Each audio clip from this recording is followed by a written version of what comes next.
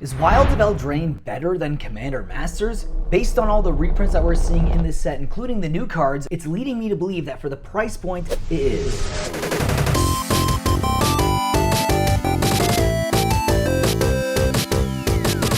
Welcome back to the channel, Mattcaster Mage here. If you do enjoy my content, please consider subscribing, joining in all the fun we have here. And with that being said, guys, I'm going to talk about some more spoilers today, some new cards and some old cards, mostly new in the enchantment slot, which is going to be in every booster pack. So it's very exciting because it's similar to what we had in Strixhaven. And if you guys can remember, there was a lot of great reprints in that set, although the new cards from Strixhaven were not really received as well as I think that the new cards in Wilds of Eldraine is going to be received by the players and collectors and such. So let's take a look at these cards, starting off with a new card, Blossoming Tortoise here. This is a mythic for 3/3, 2 colorless and 2 green. It's a creature turtle. Whenever Blossoming Tortoise enters the battlefield or attacks, mill 3 cards, then return a land card from your graveyard to the battlefield tap. Activated abilities of lands you control cost 1 less to activate. Land creatures you control get +1/+1. Not a bad card. Might go good in some Omnath decks, actually. Next up, we have Farsight Ritual here. It's a rare instant. It's 2 colorless, 2 blue. It's got Bargain. You sacrifice an artifact, enchantment, or token as you cast a spell. Look at the top 4 cards of your library. If this spell was Bargain, look at the top 8 cards of your library instead. Put 2 of them into your hands and the rest in the bottom of your library in any random order. Wow, okay, so this is really, really good. Cycle through your deck. I think this is a card that can be played in any commander deck that runs blue. For something with a good cantrip effect, I think this could be a very good inclusion. Next up here is a reprint. It's Sanguine Bond. Yes, this is a very interesting artwork. I think this is the only artwork that we have here. A card that used to be very expensive because it pairs with another card, Exquisite Blood, where it goes infinite and you drain your opponent and you gain a bunch of life. Now here we go here, Sanguine Bond. It's $3.96 right now for its market price. If you look at the 6-month trend, it actually has been going up for the last 6 months, but probably not anymore. It's yeah, even last year it's been going up. It's probably going to go down quite substantially now that it's been reprinted. Yet again, we have Oppression here. So it's whenever a player casts a spell, that player discards a card. It is a card that was originally printed in Urza's Saga. And this card here, if you look at the 3-month trend, it's so weird. A lot of these cards, for like the month before the release, they actually go up in price, which is kind of odd considering you'd think that with insider trading that they would be going down, but they go up, a lot of these cards. 6 months, you know, you look at the chart here, bottom out at $16, now it's at $16.68. The 1-year trend, yeah, so it looks like it was mostly going down until just recently, but now it's getting the reprint. Here we go, Grave Pact, another great card here. If you look at the original printing from Stronghold, it's pretty much been going all the way down. It looks like 6-month trend, yeah, pretty much. There was a little pump at the end here, but for the most part, it has been on the downward decline.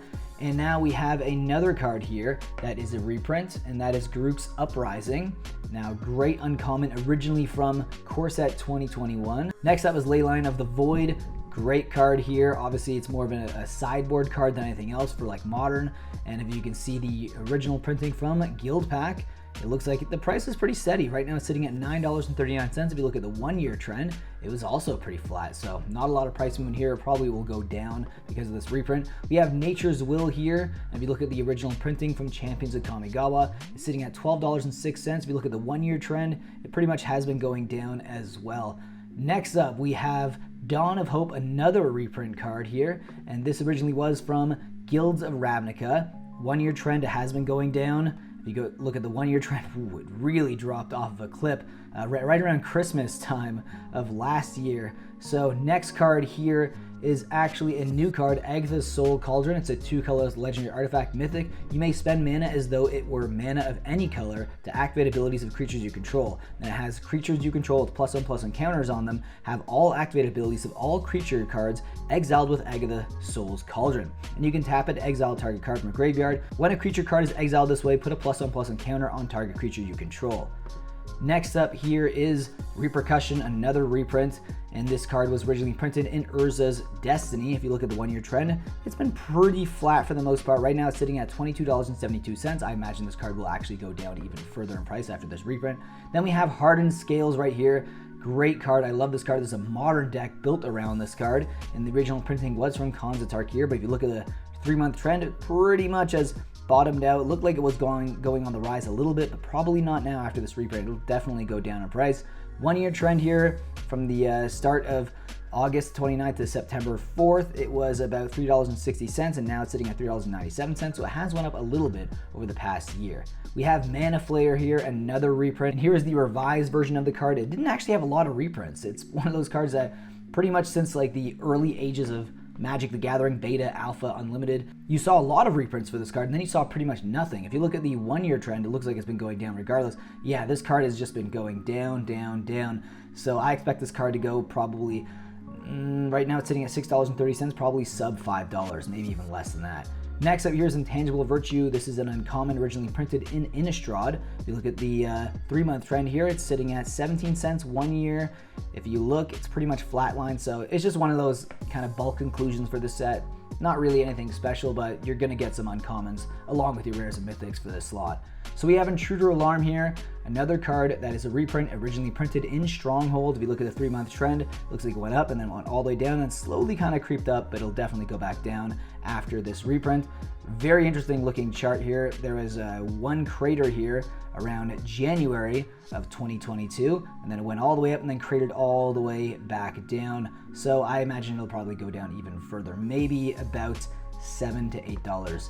Next up here is Fraying Sanity, another reprint, and this is originally printed in Hour of Devastation. If you look at the 3-month trend here, looks like started off at $5.87 and then went down to $4.46, 1 year trend. Yeah, it looks like it started at $7, dropped all the way down to $4.66, and then went up to $6.11, and then now is sitting at $4.58.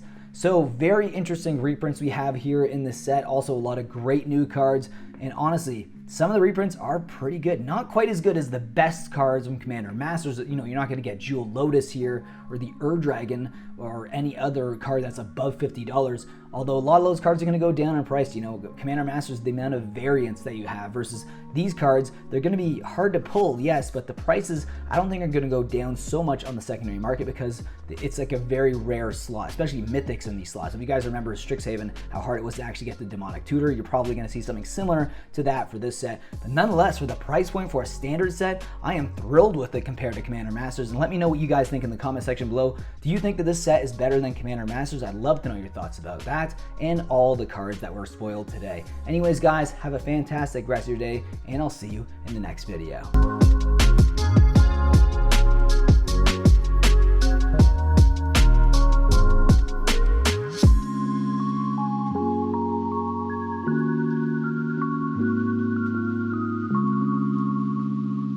Use promo code Mattcaster for 5% off your order at Face to Face Games, Canada's largest Magic the Gathering store. Qualified orders get free shipping Canada-wide if you use our promo code Mattcaster at checkout. Whether you're buying singles or sealed product, use our code to support the show and get a discount.